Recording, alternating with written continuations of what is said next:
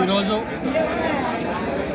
ఏదైతే కాంగ్రెస్ ప్రభుత్వం మన ముఖ్యమంత్రి రేవంత్ రెడ్డి గారు ప్రతిష్టాత్మకంగా 4 పథకాలు, రైతు భరోసా, ఇందిరమ్మ ఆత్మీయ భరోసా, రేషన్ కార్డులు, ఇందిరం మిల్లులు ఏదైతే పథకం ప్రారంభోత్సవ కార్యక్రమం రాష్ట్ర వ్యాప్తంగా 612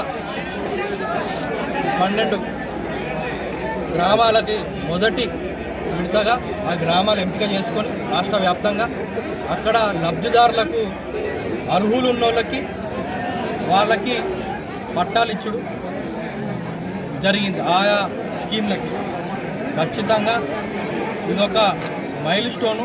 బహుశా నాకు తెలిసి ఇంతవరకు ఏ పార్టీ, రాజకీయ పార్టీ ఒకటే రోజు 4 స్కీములు లాంచ్ చేసిన దాఖలాలు లేవు.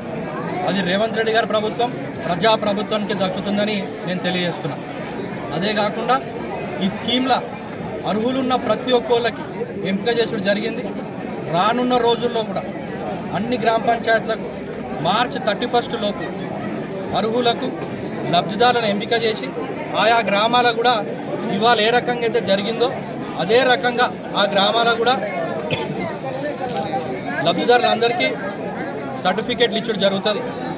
ముఖ్యంగా నేను చెప్పేది ఏంటంటే ఏ ఒక్క ప్రజలు కానివ్వండి, లేకపోతే ఆ స్కీమ్లకు సంబంధించిన ఎవరైనా కానివ్వండి, పేరు లేకపోతే లిస్టులో మీరు దయచేసి ఇబ్బంది పడకండి, బాధపడకండి, ఆందోళన చెందకండి. ఖచ్చితంగా ప్రభుత్వము అవకాశం ఇచ్చింది మళ్ళీ దరఖాస్తు పెట్టుకోవడానికి.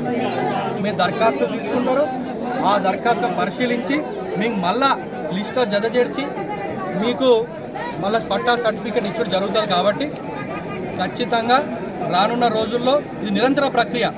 రానున్న రోజుల్లో అనేక స్కీమ్లు ఈ రకంగానే చేసుకుంటా ఈ ప్రజాప్రభుత్వం చేస్తుందని నేను తెలియజేస్తూ, ముఖ్యంగా హుజురాబాద్ నియోజకవర్గం పక్షాన, కాంగ్రెస్ పార్టీ పక్షాన ముఖ్యమంత్రి గౌరవనీయులు రేవంత్ రెడ్డి గారికి, అదేవిధంగా రాష్ట్ర మంత్రివర్గానికి అన్నిటికీ మేము ధన్యవాదాలు, కృతజ్ఞతలు తెలియజేస్తున్నాం.